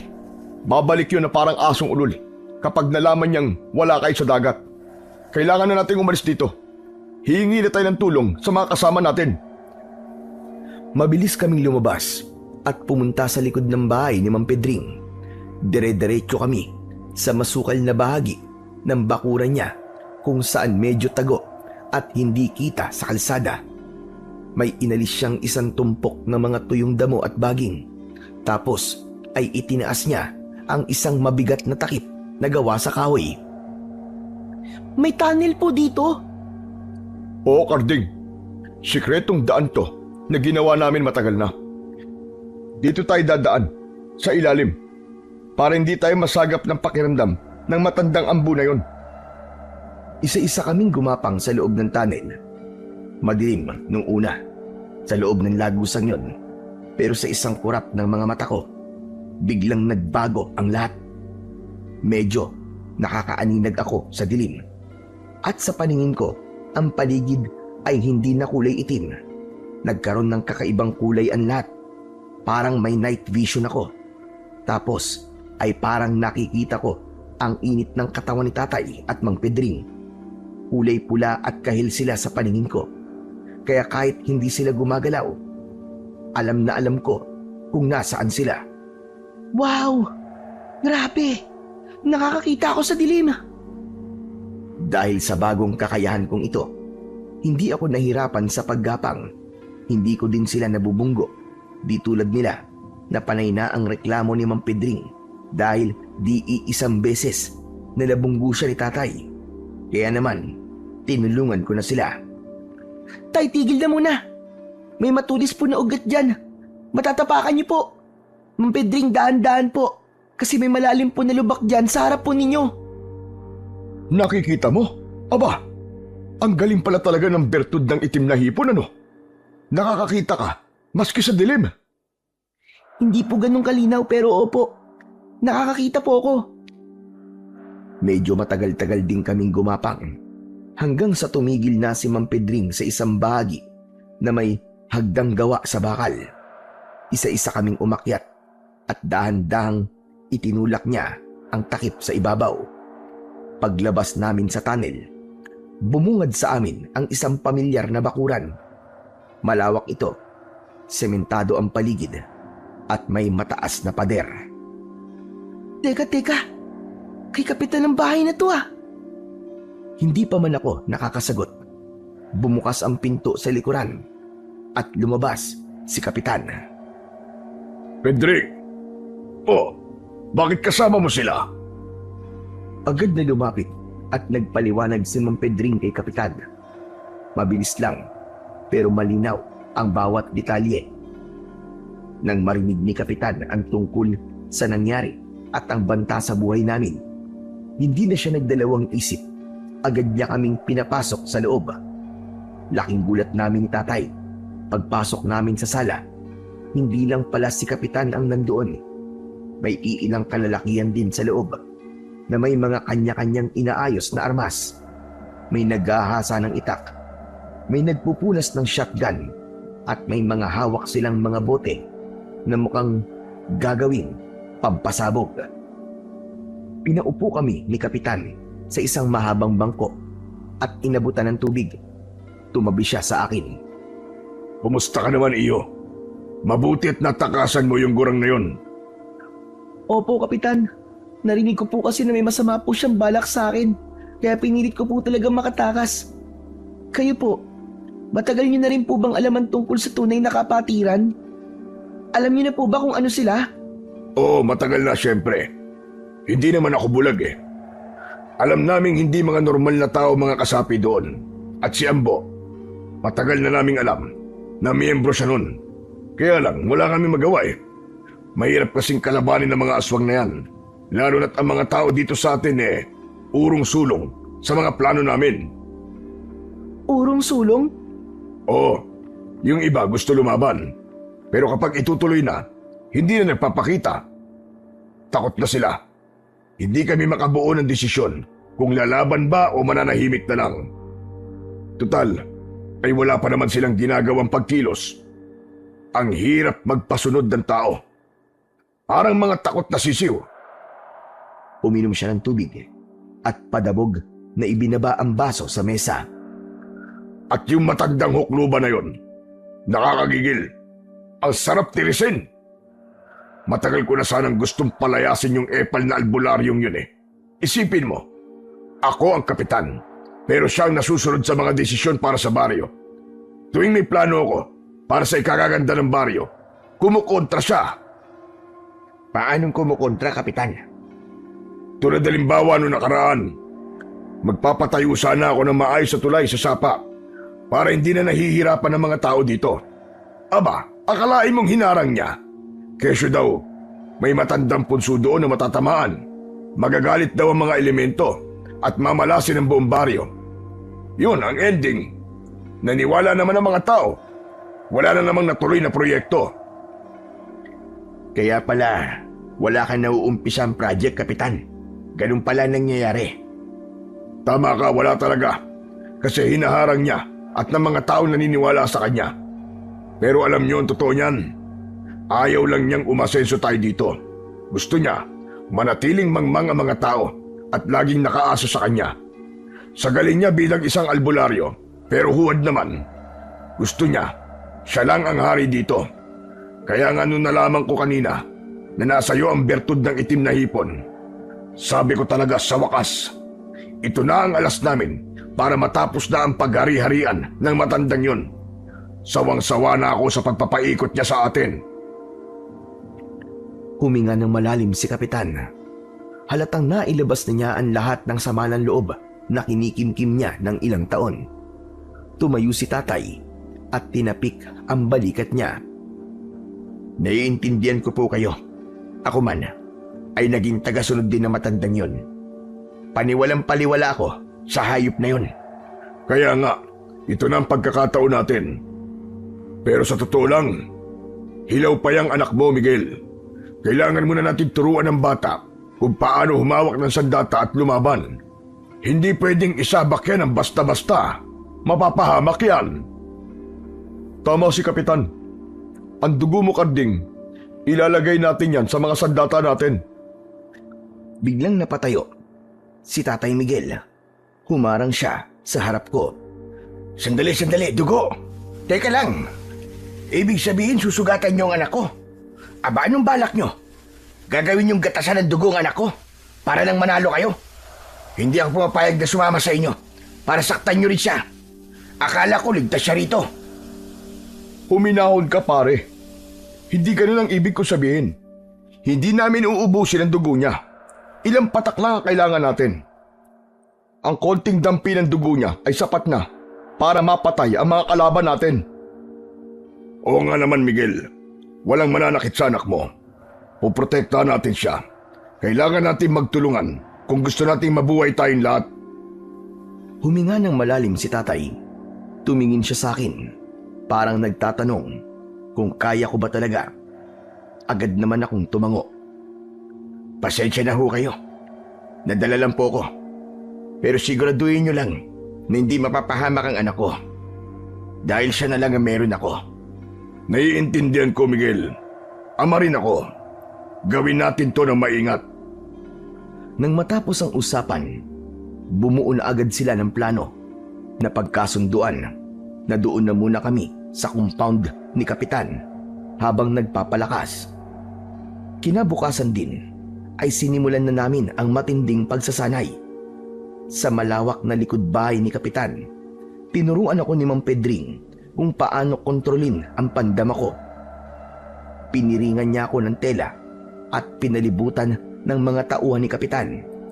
Kailangan kong ilagan ang mga bato na ibabato nila sa akin gamit lamang ang pandinig ko. Nung una, tinatamaan pa ako. Pero habang tumatagal, nararamdaman ko na ito at naiiwasan bago pa tumama. Samantala, si Tatay Miguel naman ay tinuruan ng isa sa mga tauhan ni Kapitan kung paano gumamit ng espada. Para kay Karding, gagawin ko ito. Nakita ko ang determinasyon ni Tatay. Kahit nananakit ang katawan niya at puno na ng paltos ang kamay niya, hindi siya tumigil. Gusto niyang maging handa para protektahan ako. Ilang araw din kaming nagsanay. Umaga hanggang gabi. Puro galos at pasa ang inabot ko. Pero naramdaman kong may pagbabago. Mas lumiksi ako. Mas tumalas din ang aking pakiramdam. Isang hapon, habang nagpapahinga kami, biglang inihagis ni Mang Pedring ang isang kawayan sa akin mula sa likuran nang walang pasabi. Mabilis pa sa 4:00 na nakakilos ako at nasaluyon gamit ang isa kong kamay. Napangiti si Mang Pedring.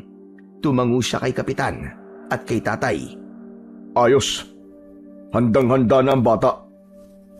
Sa palagay mo, oras na ba para umatake tayo? Hindi pa panahon, Kapitan. Huwag tayong susugod ng basta-basta. Tignan niyo ang kalendaryo. Full moon. Sa panahong yan, mas malalakas ang mga kampon ni Ambo. Mas matalas ang kuko nila at mas mabilis maghilom ang sugat nila kapag maliwanag ang buwan.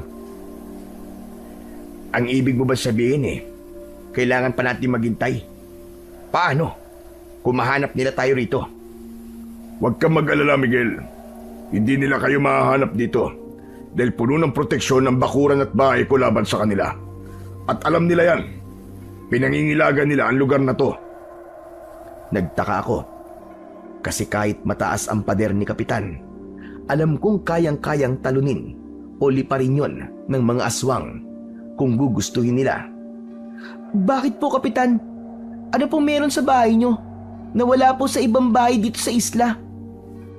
Noong itayo ang bahay na ito, hindi lang semento ang ibinaon namin sa pundasyon. Ang lolo ko, na isa ring manggagamot bago pa dumating si Embo rito, ay nagbaon ng mga sangkap na hindi nila matagalan. Bawat poste nito, may nakabaong tanso na binabad sa banal na tubig. May orasyon din niya ang bahay na ito. Tama si Kapitan. Dahil sa mga yon, kaya hindi sila nakakalapit o nakakapasok dito. Alam mo bang iba ang amoy ng paligid dito? Para sa atin, ordinaryo lang. Pero sa ilong ng mga aswang, maanghang ito at napapaso sila. Hindi nila kayang tumagal ng malapit sa pader. Kaya kahit maamoy nila kayo, hindi sila makakaatake agad-agad. Maliban na lang kung talagang desperado na sila. Kaya nga, dito kami nagmi-meeting. Ito lang ang tanging lugar sa baryo na hindi nila mapapasok. Basta makinig kayo, sundin niyo ako. Hindi pa tayo susugod. Magpalipas muna tayo ng ilang araw hanggang sa mag-itim ang buwan. Yun ang oras na mahina sila. Pero yun naman ang oras na mas magiging makapangyarihan ang bertud ni Karding. Tama ka. Sa ilalim ng itim na buwan, doon niya mailalabas ang tunay niyang lakas. At sa gabi na yon, tatapusin na natin silang lahat. Kung yan ho ang tingin niyong tama, susunod po kami. Tumango si Mang Pedring at uminom ng kape. Sulitin niyo ang pahinga. Sa oras na mag-itim ang buwan, lalabas na tayo at haharapin na natin sila. Lumipas ang mga araw at malapit na ngang sumapit ang itim na buwan. Dahil sa pagod sa pagsasanay, maimbing na nakatulog si Tatay at Mang Pedring sa loob ng silid. Pero ako, hindi ako dalawin ng antok. May nararamdaman kasi akong kakaiba sa katawan ko. Parang may mumunting kuryente na dumadaloy. Hindi ko maintindihan kung ano yon. Pero kinakabahan talaga ako. Ilang sandali pa, bigla akong natigilan nang may maamoy na masangsang. Para bang nabubulok na karne. Katulad dito ng amoy sa bahay ni Kaambo. Kasunod nito ay ang mahihina at maingat na kaluskos sa labas na tila may kumukutkot sa lupa malapit sa dingding. Maya-maya pa, isang malakas na pagaspas ng mga pakpak ang narinig ko sa tapat mismo ng aming bintana. Tay! Tay, gising ka po! Nasa paligid natin sila! Ang mga aswang nandito na! Agad na napabalikwas ang tatay ko. Ano sabi mo? Natigilan siya at nakiramdam. Sa sobrang tahimik ng gabi, dinig na rin niya ang malalakas na pagaspas ng mga pakpak na parabang paikot-ikot sa itaas. Kaagad na lumapit si tatay sa bintana at dahan-dahang sumilip. Nakasunod naman ako sa kanya. Sa ibaba ay nakita namin si Kaambo. Nakatayo siya ng tuwid sa ibaba. Tila naramdaman niya ang tingin namin dahil dahan-dahan siyang lumingon. Tapos ay bigla siyang nagbago ng kanyang anyo. Ang mga mata niya, pulang-pula. Ang kanyang balat ay naging kulay itim. Humaba ang kanyang mga kuko at tumubo ang pakpak sa kanyang kilikili. Naging isang nakakatakot na nilalang, ang matandang albularyo. Bigla siyang lumipad papunta sa direksyon namin. Tinangka niyang sugurin kami at pumasok sa kwarto, pero naging maagap si tatay. Mabilis niyang isinarado ang bintana. Ibigay mo sa akin ang bata, Miguel! Ibigay mo siya sa akin! Pero nang mahawakan niya ang mismong bintana, bigla siyang napaatungal sa sakit. Umusok ang kamay niya, napaurong siya at muling nagpakawala ng isang nakakangilong tili bago mabilis na lumipad palayo. Napaupo si tatay sa sahig. Ako naman, nakatingin pa rin sa bintana. Namangha ako sa nakita ko. Totoo pala yung sinabi nila, Tay. Malakas talaga ang proteksyon ng bahay na to. Hindi sila basta-basta makakapasok. Oo, pero nakakagulat pa rin yun, anak. Ayos lang po yun, Tay. Basta maniwala lang tayo, may hangganan ng pananakot ni Mang Ambu sa atin. Oo, anak. May hangganan talaga ang kasamaan. At kailanman, hindi ito mananaig laban sa kabutihan. Habang nag-uusap kami ni tatay, napatingin ako kay Mang Pedring. Mahimbing na mahimbing ang tulog niya. Sa kabila ng ingay naming dalawa ni tatay. Tay, tignan niyo po si Mang Pedring, oh. Parang hindi apektado sa ingay kanina. Ang sarap pa rin po ng tulog. Napatingin din si tatay at napailing na lang at saka ngumiti. Pagod na pagod kasi yan sa pag-iensayo sa akin kanina. Hayaan mo na. Kailangan din yan tamang pahinga. Mabuti pa ay matulog ka na ulit. Di naman na siguro babalik yung matandang hukluban na yun. Ako na lang ang magbabantay sa'yo. Sige po, Tay. Salamat po. Nahiga ako sa kama at ipinikit ang aking mga mata. Pinipilit kong makatulog dahil kailangan ko ng sapat na lakas. Dahil sa mga susunod na gabi, wala nang atrasan. Totoong bakbaka na ang haharapin namin. Samantala, makalipas ang ilang araw, sumapit na din ang pinakahihintay namin, ang itinakdang oras ng pagsalakay, ang gabi ng itim na buwan. Tulad ng inaasahan, walang buwan sa langit ng gabing yon. Wala ding mga bituin. Kadiliman ang bumalot sa buong isla. Nasa sala kaming lahat noon. Inabot kami ng halos 20 lalaki, kabilang sina Tatay, Mang Pedring at si Kapitan. Lahat ay may kanya-kanyang hawak na sandata. Ang hawak ko naman ay pana at mga palaso na sadyang ginawa para sa akin ni Mang Pedring. Handa na ba ang lahat? Isang malakas na oo ang isinagot naming lahat. Yan! Tama yan! Gawin natin ito para sa ating mga kapamilya. Para sa kapayapaan ng buong isla! At nagsimula na ang unang hakbang. Nagsimula na sila ng ritual para makakuha ng aking dugo. Lumapit si Mang Pedring sa akin. May hawak na isang maliit at matalim na balaraw. Sa kabilang kamay niya ay may isang maliit na mangkok na yari sa luwad o putik. Pedring, dahan-dahan lang ha. Huwag ka mag-alala pare. Alam ko ang ginagawa ko. Hindi mapapahamak ang anak mo. Maingat na hinawakan ni Mang Pedring ang kaliwang braso ko. Naglabas siya ng isang malinis na tela at ipinunas sa aking balat. Karding, kailangan mo maging matapang ha. Ilang patak lang ang kailangan natin para magkaroon ng lason ang lahat ng sandata natin. Inihanda niya na ang balaraw. Sa isang mabilis na kilos, hiniwa niya ang ibabaw ng aking kaliwang braso. Hindi ito malalim pero sapat na para lumabas ang ilang patak ng dugo ko. Naramdaman ko ang hapdi, pero mas naramdaman ko ang kakaibang init na dumaloy mula sa aking sugat. Nang tignan ko ang sugat ko, nakita kong kulay asul ang lumalabas dito. Sinalo ito ni Mang Pedring gamit ang mangkok. Ilang patak lang ang kinailangan niya at agad niya akong ginamot.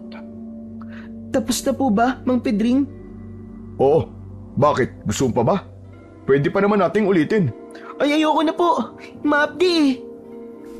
Tumawa ng bagya si Mang Pedring bago niya sinimulan ang pagpapahid ng dugo sa bawat sandata. Gamit ang isang maliit na dahon, maingat niyang pinahid ang kaunting dugo sa talim ng bawat espada at itak. Ganon din ang ginawa niya sa aking mga palaso. Parang milagro, kapag dumadampi ang dugo ko sa bakal, nagkakaroon ito ng bahagyang asul na liwanag. Pero mukhang ako lang ang nakakakita dahil pakiramdam ko, ako lang ang namamanga at yung mga kasama namin parang wala lang. Magaling. Tiyak na ang panalo natin sa laban na to. Dahil ang dugo na to ang papatay at susunog sa bawat isang miyembro ng kapatiran. Tama. Wala na tayong dapat na ikatakot. Ang bawat isa sa atin ay may panlaban na. Naghanda na ang lahat. Nagtipon na kami sa bakuran. Sobrang dilim. Oras na. Tandaan ang plano mga kasama. Walang maghihiwa-hiwalay. Karding, ikaw ang manguna. Ikaw ang magsisilbi naming mata. Po, paano po yun? Hindi ko naman po alam ang pupuntahan. Gamitin mo ang iyong pandinig at pangamoy. Matutuntun natin sila sa pamamagitan nun. Sige po, Mang Pedring. Pagkaraan ng ilang sandali, sinimulan na naming tuntunin ang gubat. Tahimik ang lahat. Karding, gaano pa kalayo? Malapit na po, Tay. Naririnig ko na po ang mga bulong. Naaamoy ko na po ang masangsang na amoy. Habang naglalakad, bigla akong natigilan. Alam kong nasa bukana na kami ng kuta. At sa pamamagitan ng aking night vision, nakita ko sa itaas ng puno ang isang bantay. Mukha siyang isang malaking ibon, pero ang mukha ay tao. Itinaas ko ang aking kamay bilang senyas na huminto ang lahat. Mang Pedring, sa itaas po may nagmamasid. Mag-ingat po tayo. Sige, pangunahan mo na ang pagpaslang sa isang yan. Dahan-dahan kong hinugot ang pana mula sa aking likuran. Kumuha din ako ng isang palaso. Inilagay ko ito sa string. Huminga ako ng malalim, sabay tutok ang dulo ng palaso sa gitna ng kanyang dibdib. Sa isang kisag mata, pinakawalan ko ang bagting.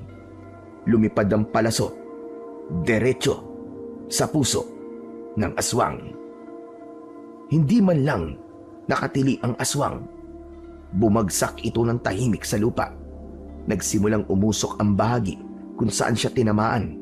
Tapos ay dahan-dahang lumiyab hanggang sa siya ay natupok na ng apoy at maging abo. Ganun lang kadali yun? Aba, ang bilis naman pala. Sinabi ko naman sa'yo, di ba? Ang dugo ni Karding ay lason sa kanila. Wala silang laban. Tama na ang kwentuhan. Mabuti pa ay pumasok na tayo sa lungga nila at patayin silang lahat.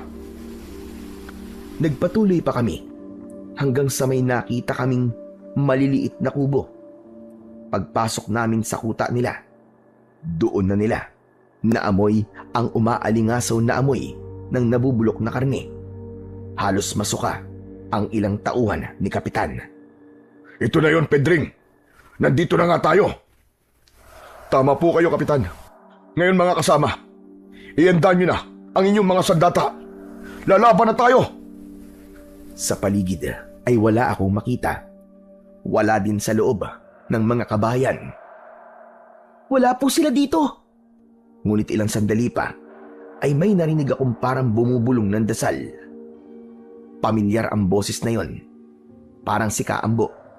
Pagtingin ko sa pinakadulo ng kuta nila ay may nakita akong yungib at sa harap nun ay dun ko sila nakita.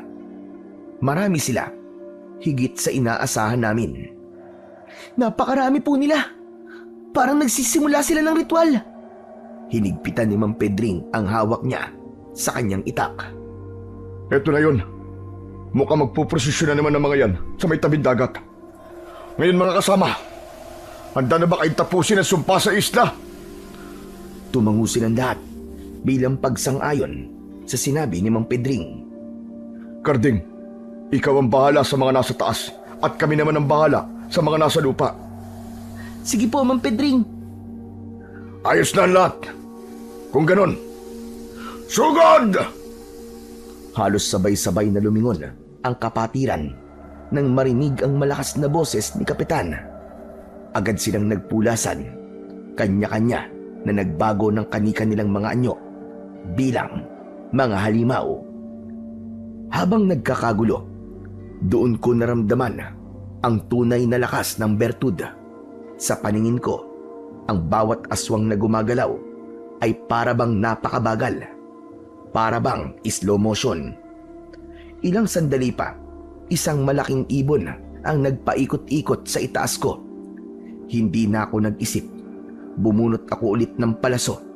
Isinilpak ko sa pana at sa isang bira lang, tinamaan ito sa pakpak. Nakita kong parang may kuryenteng asul na gumapang sa kanyang pakpak. Tapos ay mabilis na gumapang sa buong niyang katawan. Sigaw ng sigaw ang kalaban hanggang sa tuluyang bumagsak sa lupa at nasunog. Akala mo makakaisa ka, ah. Nek-nek mo! Samantala, matapos kong patayin ng aswang, ay hinanap ko naman si tatay. Nakita kong may papalapit na aswang sa likod niya. Tay! Sa likod niyo! Mabuti na lang at narinig niya pala ako. Mabilis siyang lumingon, sabay tarak ng espada sa tiyan ng kalaban. Isang malaking aswang na mukhang aso ang kasunod na sumugod sa akin. Handang-handa ko nitong sakmalin. Pero dahil sa bilis ko, nagawa ko din siyang saksakin ng aking palaso bago pa niya ako masunggaban at lapain. Isang nakakangilong ungol ang pinakawalan ng halimaw. Naging matindi din ang bakbakan ng gabing yon. Marami rin sa amin ang nasugatan ng maluba. Samantala, habang tumatagal ang laban, nagiging mas malakas ang pandama ko. Narinig ko ang mahinang bulong ni Kaambo sa kanyang mga kasama. Ang bata! Kunin niyo ang bata! Nakita ko siya sa dulo. Nakatayo sa ibabaw ng isang malaking bato. May hawak na isang itim na tungkod. Nakapalibot sa kanya ang mas malalakas na aswang ng kapatiran. Doon ko sinubukan ang isa pang kakayahan ng bertud. Ipinukus ko ang lahat ng lakas ko sa aking mga binti. Tapos, sa isang iglap, tumalon ako ng napakataas. Lumampas ako sa naglalabang tauhan ni Kapitan at ng isang aswang. Kaambo! Habang nasa ere, bumunot ako ng palaso. At habang pababa, binitiwan ko ito patungo sa kanya. Pero iniharang niya ang tungkod niya. Parehas kaming nagulat at naputol ang tungkod niya. Lapastangan kang bata ka! Nagbago ang anyo niya. Lumabas ang malalapad niyang mga pakpak. Akala mo ba ay sapat na ang bertud na nasa iyo para ako ay talunin mo? Nagkakamali ka! Naglanding ako ng maayos sa harap niya habang si Mang Pedring at ang grupo ay unti-unting nauubos ang mga aswang sa paligid. Paano po? Kung sabihin ko sa iyong, ito na talaga ang tatapos sa inyo. Panahon na, Kaambo, para magbayad ka sa lahat ng kasalanan mo. Kukunin namin ng hustisya ngayong gabi para sa lahat ng mga pinatay mo. Para sa lahat ng pananakot mo.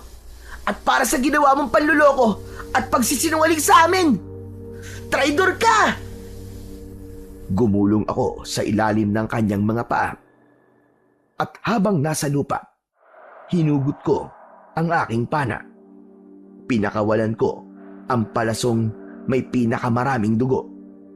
Tumama ito sa ulo at tumagos sa gitna ng noo ni Kaambo. Pagkatapos nun, isang nakabibinging hiyaw ang pinakawalan niya. Hanggang sa ang lason ay kumalat na sa kanyang buong katawan at bumula ang kanyang bibig. Patuloy ang kanyang pagsigaw habang unti-unting naaabo ang kanyang ulo at katawan. Sa loob ng ilang sandali, ang aswang ay naglaw na parang usok at tinangay ng hangin ang kanyang abo. Nang makita ng mga kasama niya sa kapatiran ang nangyari, agad kanya-kanya sila ng pulasan para tumakas. Pero naging maagap kami. Agad namin silang sinugod at wala kaming binuway maski isa sa kanila. Inubos namin ang kapatiran ni Mang Ambo, ang kulto ng mga aswang. Nang matapos, agad akong nilapitan ni Tatay. Anak, ang galing mo. Tapos na. Patay na si Kaambo at ang lahat ng kanyang mga kasamahan. Biglang tumahimik ang paligid. Akala namin talaga ay tapos na. Pero mula sa pinakamadilim na parte ng komunidad na yon, bigla na lamang akong sinalakay ng isang matanda pero mabangis na aswang. Mas nakakakilabot ang kanyang anyo. Maitim na maitim ang kanyang balat. Punong-puno ng balahibo ang kanyang buong katawan. At mas mahaba ang kanyang mga kuko na animo ay mga matatalim na kutsilyo at napakalalaki ng kanyang mga pakpak. Matutulis din ang lahat ng kanyang mga pangil na animo ay malalaking talim ng lagare. Meron din siyang 2 maliliit na sungay sa kanyang noo. Para siyang isang demonyo na lumabas galing sa impyerno. Hindi namin napaghandaan ang pag-ataking yon.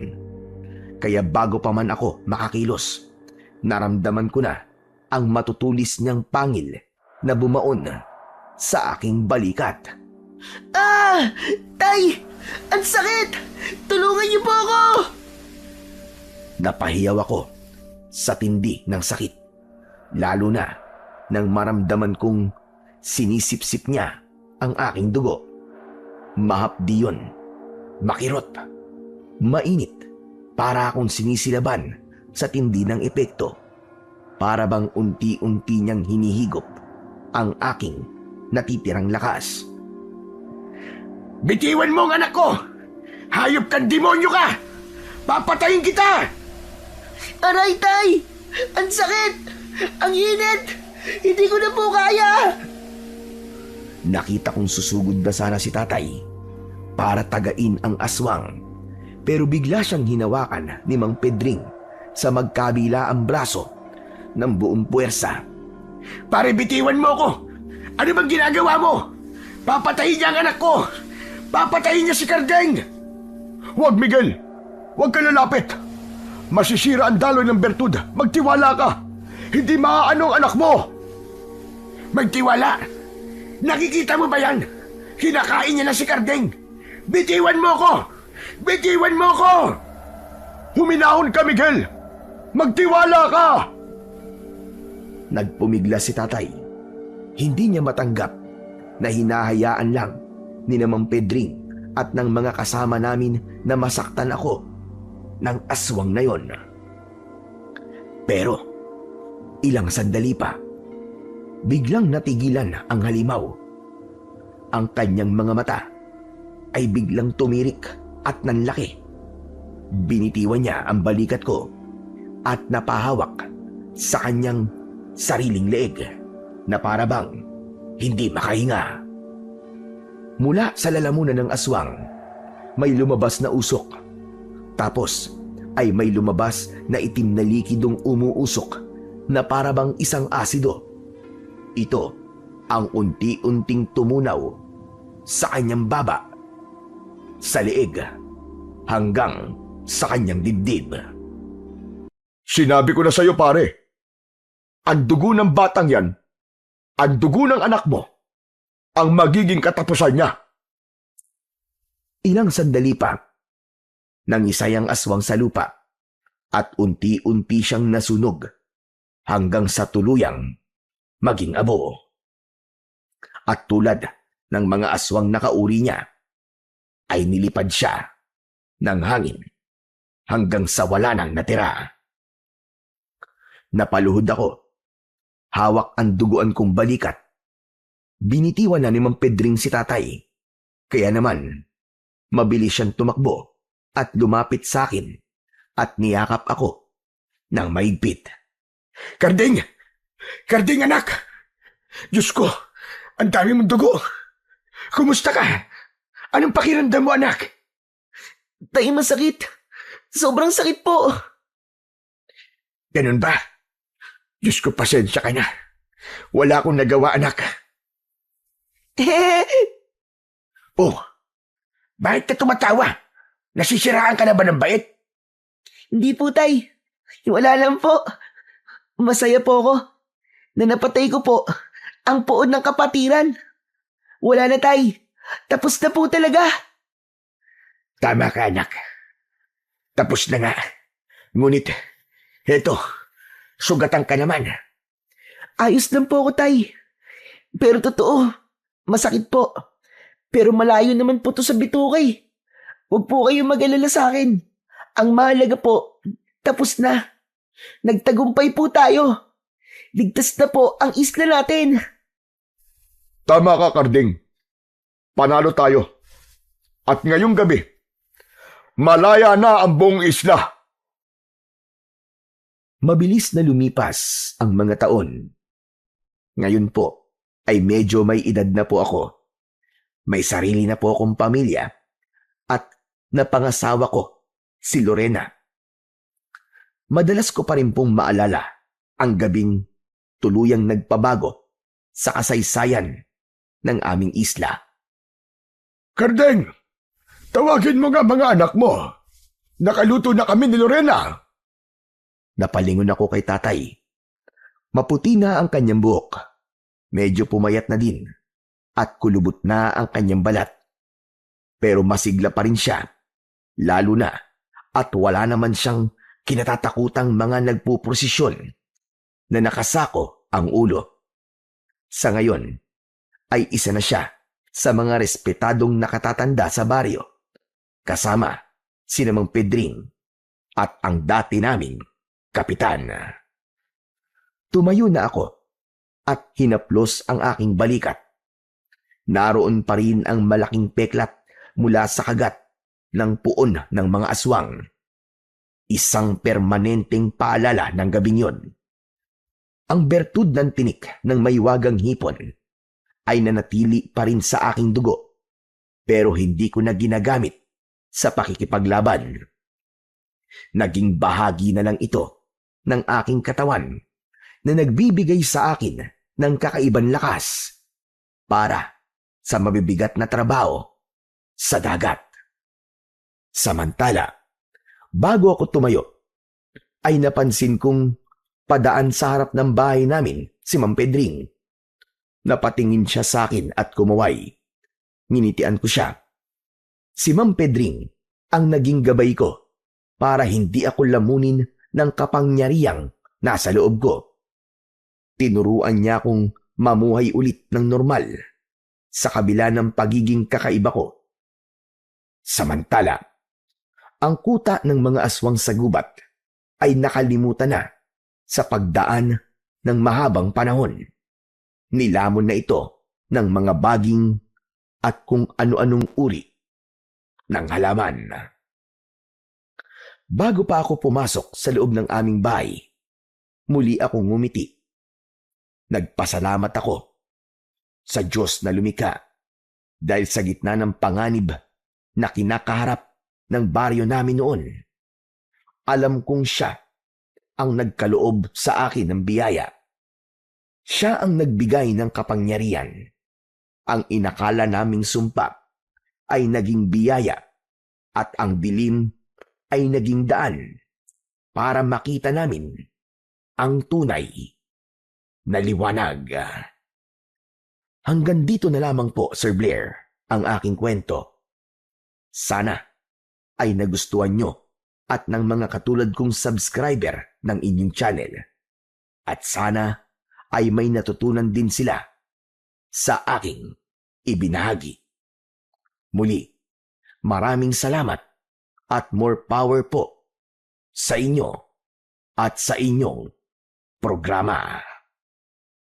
Ang ating kalikasan ay hindi lamang simpleng bagay o bahagi ng ating mundo na para bang isang palamuti.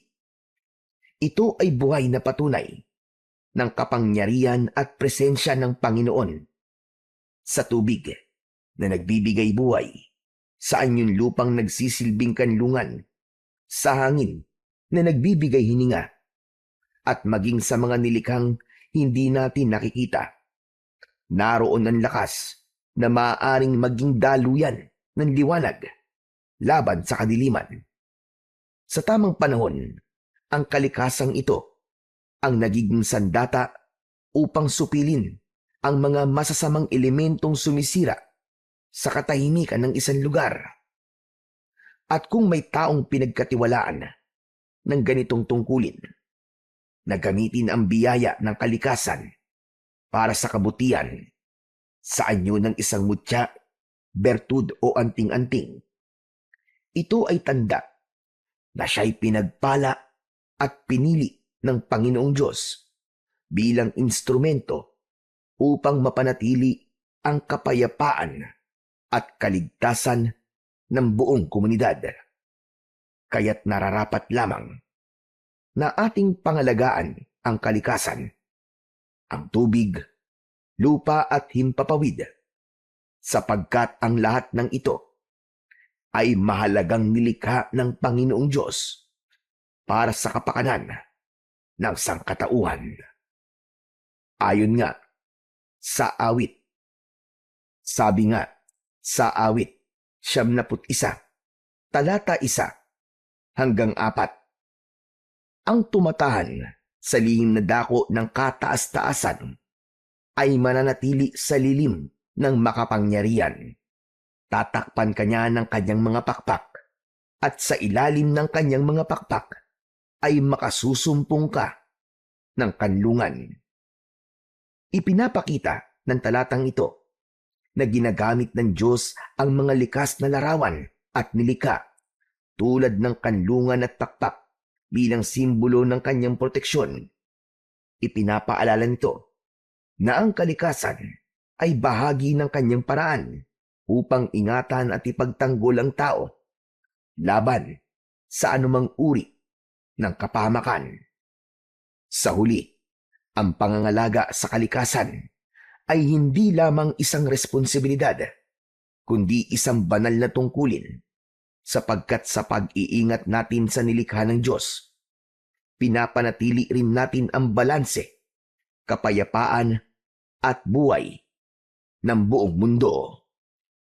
At minsan, kung talagang kinakailangan, maglalabas ito ng makatutulong sa atin upang protektahan tayo sa mga kampon ng kadiliman.